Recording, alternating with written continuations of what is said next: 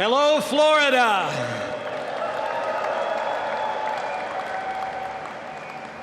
Senator Rubio, Senator Nelson, Congressman Posey, Congressman DeSantis, Attorney General Bondi, Commissioner Putnam, Acting Administrator Lightfoot, Director Cabana, all the leaders of industry and business who are gathered here today, Dr. Buzz Aldrin,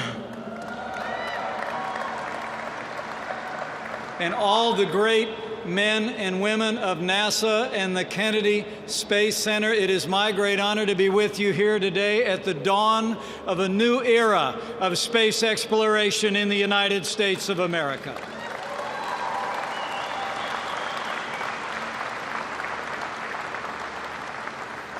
And I bring greetings from the man who's going to make that happen. His admiration for all of you gathered here and for America's storied history in space is boundless. And he is committed each and every day to American leadership at home, around the world, and in the boundless expanse of space. The 45th President of the United States of America, President Donald Trump.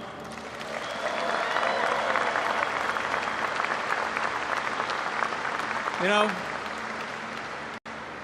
in his inaugural address, the President rededicated our nation to once again lead in the heavens, and in his words, unlock the mysteries of space. With this President, it's always about leadership, American leadership. And that begins at home by putting the security and prosperity of America first. Today, we will speak of the President's vision for American leadership in space.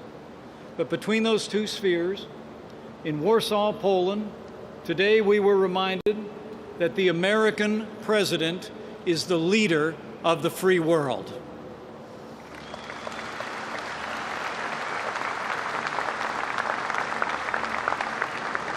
Today, President Trump stood in Krasinski Square in a rebuilt Warsaw, giving testament to the power of free peoples to assert their own destinies and claim their own futures. The President noted in his words that as long as we know our history, we will know how to build a future, saying that Americans know that a strong alliance of free, sovereign, and independent nations is the best defense for our freedoms and our interests. The President took the opportunity to challenge our allies to work together to confront forces that threaten over time to undermine those values and erase the bonds of culture, faith, and tradition that make us who we are. And he called on all of our allies in the West to what he called a commitment of will.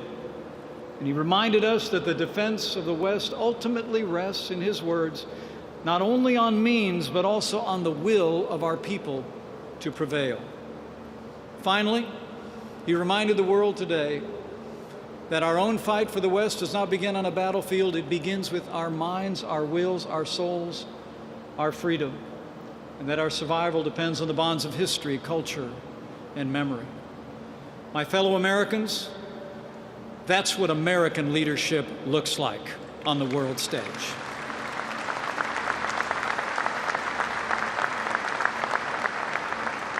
And today, I come to assure you, the men and women of NASA, and all those at this gateway to the stars, where the aspirations of the American people have taken flight, that under President Donald Trump, America will lead in space once again.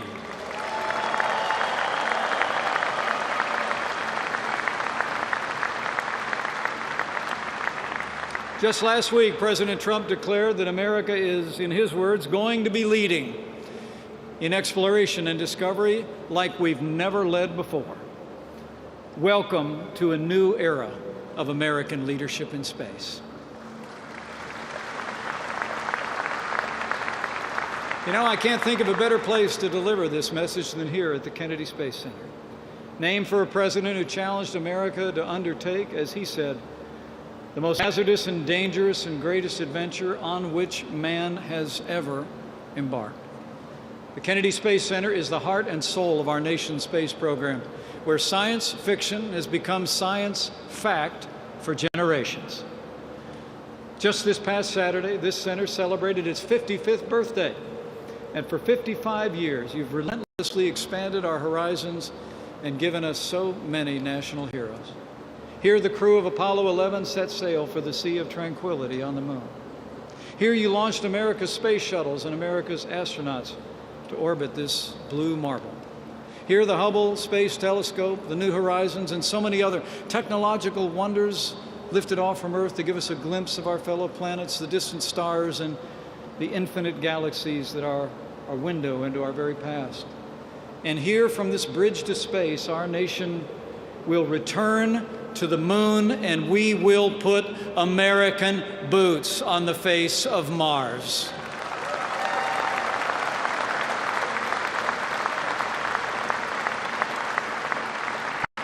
My friends, the missions that began at the Kennedy Space Center are carved into the mantle of American greatness. And more than that, they're etched into the hearts and minds of the American people. Generations of Americans have marveled at and been inspired by what you do here. We've joined in your countdowns, rejoiced in your successes, and we've grieved with you in your sorrows. Because the missions that started at the Kennedy Space Center have captivated the American people and carried our hopes and dreams into the heavens as almost no other national initiative. You know, I caught a passion for the space program when I was just a little boy in a small town in southern Indiana. Some of the most precious memories of my youth were gathered around a black and white television watching images of American heroes making history. As a member of Congress, I asked to serve on the NASA subcommittee, and I had the privilege, along with my wife and children, to attend several space shuttle launches. You know, I really have no doubt that my son, who's now a Marine Corps aviator, was inspired to serve as a 10-year-old boy when we sat in the grandstands here at the Kennedy Space Center and watched in awe as America's heroic astronauts hurtled into space. You know, I said at the time, to see the sights and sounds of a launch here at Cape Canaveral was like seeing the Earth giving birth to a piece of the sun and sending it home. And you're the ones who make it possible.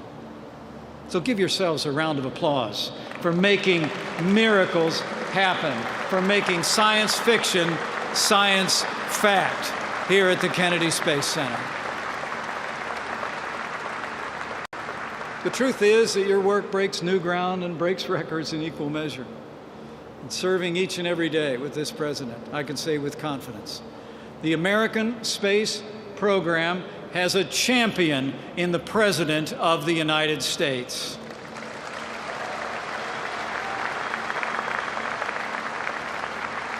President Trump has a deep appreciation for the vital work that NASA does each and every day. That was on full display earlier this year when, in the Oval Office, President Trump signed the first NASA Reauthorization Act in more than 7 years.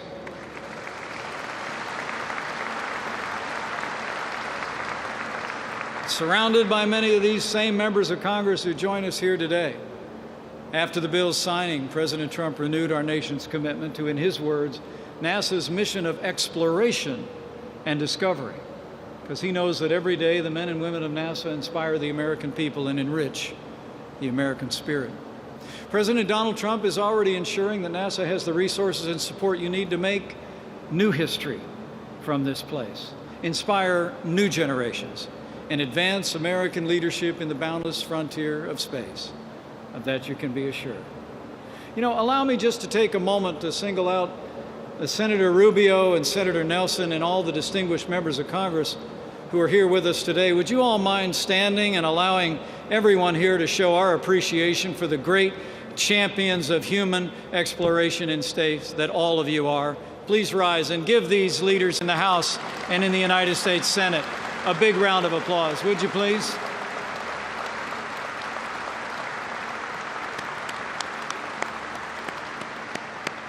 Thank you so much. President Trump's vision for space, though, is much larger than NASA alone. Our president is transforming our entire space policy to seize the opportunities of the 21st century and unleash the infinite potential of the cosmos for the American people. Extending our nation's leadership in space is one of the greatest challenges of our day. And just as we have risen to the challenges that came before, so too we will rise to meet the new challenges that lie ahead. That's why just last Friday, President Donald Trump signed an executive order to relaunch the National Space Council and guide a new era of space leadership by the United States of America.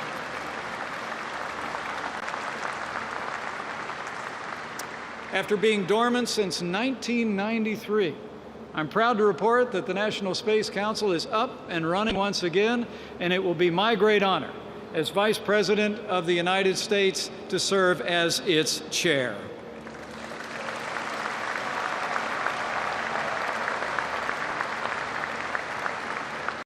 As the President said last week, the National Space Council, in his words, will be a central hub guiding space policy within the administration, filling a void that's existed in American policy for nearly a quarter century.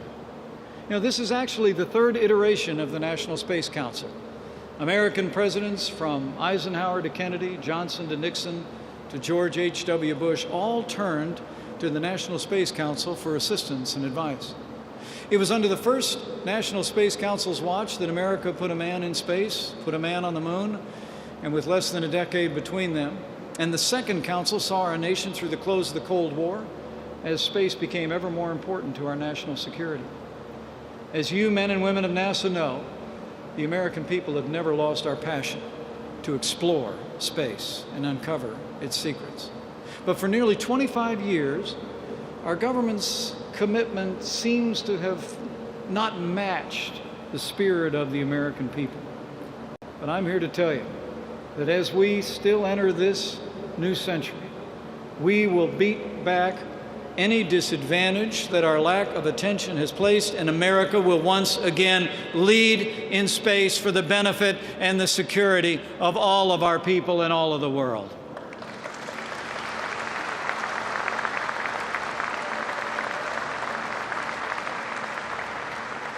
Our National Space Council will re-energize our pioneering spirit in space. It will restore our confidence and the confidence that we can and will achieve the impossible, just like you all here at NASA have done so many times in the course of my life.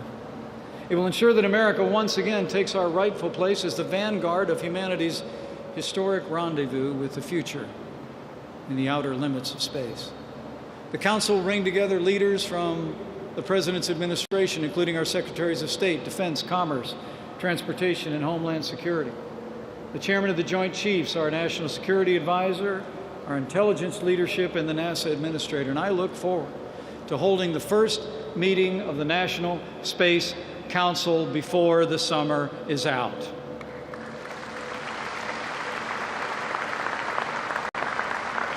President Trump has given the Council the duty, in his words, to advise and assist his administration regarding national space policy and strategy, and we'll be busy doing just that. We'll review our current policy and our long-range goals and coordinate national space activities from national security to commerce to exploration and beyond.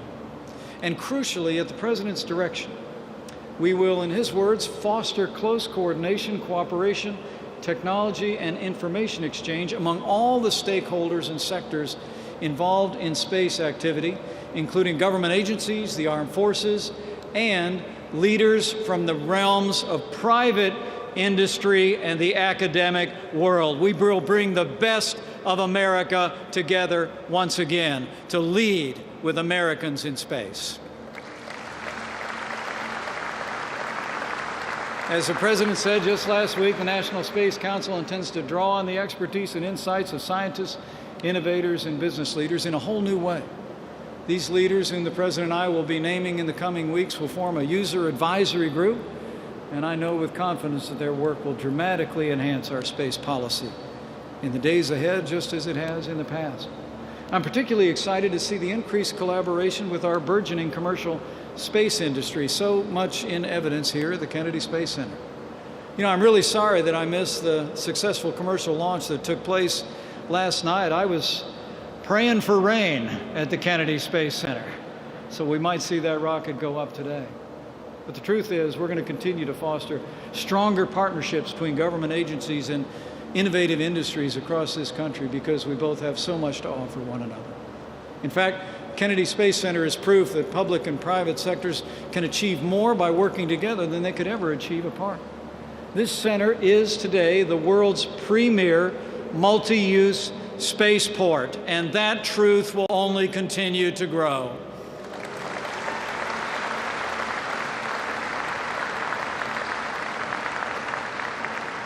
In conjunction with our commercial partners, we'll continue to make space travel safer, cheaper, and more accessible than ever before. The truth is that American business is on the cutting edge of space technology.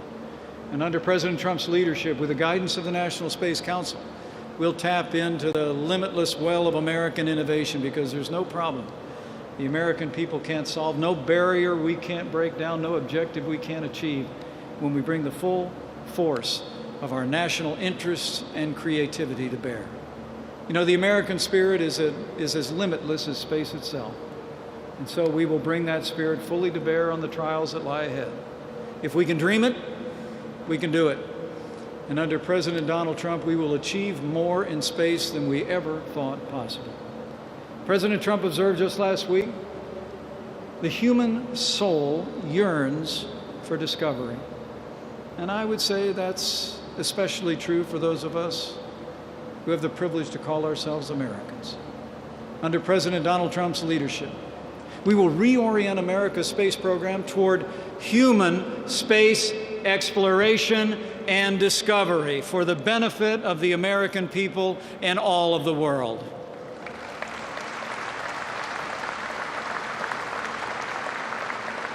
We will return our nation to the moon. We will go to Mars, and we will still go further to places that our children's children can only imagine.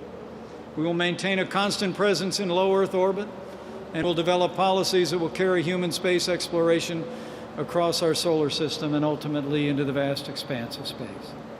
As the President has said, space is, in his words, the next great American frontier. And like the pioneers that came before us, we will settle that frontier with American leadership, American courage, and American ingenuity.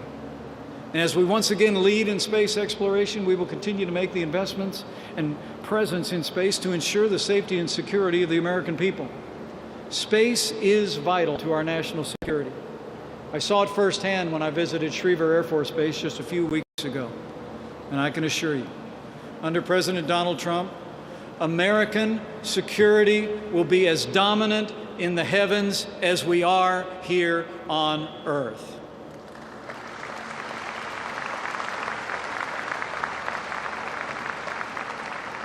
The tasks that lie before us requires the highest level of courage, commitment, and dedication. Challenges will be difficult, but difficulty brings out America's best. And America's best can't be beaten by anybody at any time. Some 55 years ago, the namesake of this base, President John F. Kennedy, declared that America would put a man on the moon before the decade was out, a feat unlike any imagined in human history. As he said at the time, we were willing to accept the challenge and unwilling to postpone it. And that challenge is one, in his words, one which we intended to win.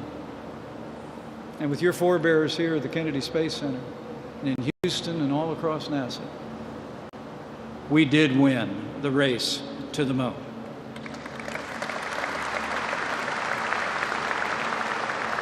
We won the race a half century ago, and now we will get back to winning in the 21st century and beyond. Under the leadership of President Donald Trump and with the guidance of the National Space Council, the United States of America will usher in a new era of space leadership that will benefit every facet of our national life. We will strengthen our economy. We will unlock new opportunities, new technologies, and new sources of prosperity. We will inspire our children to seek education in science, technology, engineering, and math. We'll enhance our common defense and advance the security of the American people. But most of all, under President Trump's leadership, we will renew the American spirit itself. Now, I know in my heart that today the heavens are closer than ever before. We're restarting a journey that will take us to new heights of knowledge, new heights of accomplishment. And above all, I know with confidence that we will reach those new heights of American leadership with American values and American ingenuity. As President Trump said last week, in his words, it is America's destiny to be the leader amongst nations on our adventure into the great unknown. And with the National Space Council, we will grab that destiny with both hands and go to work with each and every one of you. So let us go forth and start this new chapter of that adventure. Let us have the courage and the confidence that's always defined who we are as Americans. And let us do what our nation has always done since its very founding and beyond. We've pushed the boundaries on frontiers, not just of territory, but of knowledge. We've blazed new trails, and we've astonished the world as we've boldly grasped our future without fear.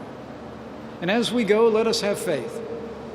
Faith that as we enter this new era of exploration and discovery, that this rising generation of American explorers and innovators will once again deliver on the hopes and aspirations of our people, just like you've done before.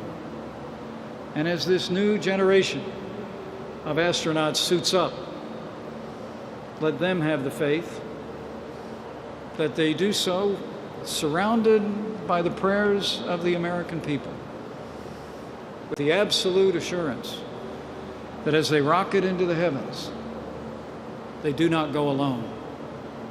For as the psalmist teaches us, if we rise on the wings of the dawn, if we go up to the heavens, even there his hand will guide us, and his right hand will hold us fast. My friends, the future beckons, and so do the furthest depths of space. Together as one nation and one people, we will raise our eyes to gaze with wonder at the stars and once again renew our commitment to reach out our hands and touch the heavens. With confidence in all of you, and with confidence in the strong vision and leadership of President Donald Trump, I know America will lead in space once again.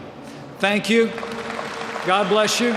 And God bless the United States of America.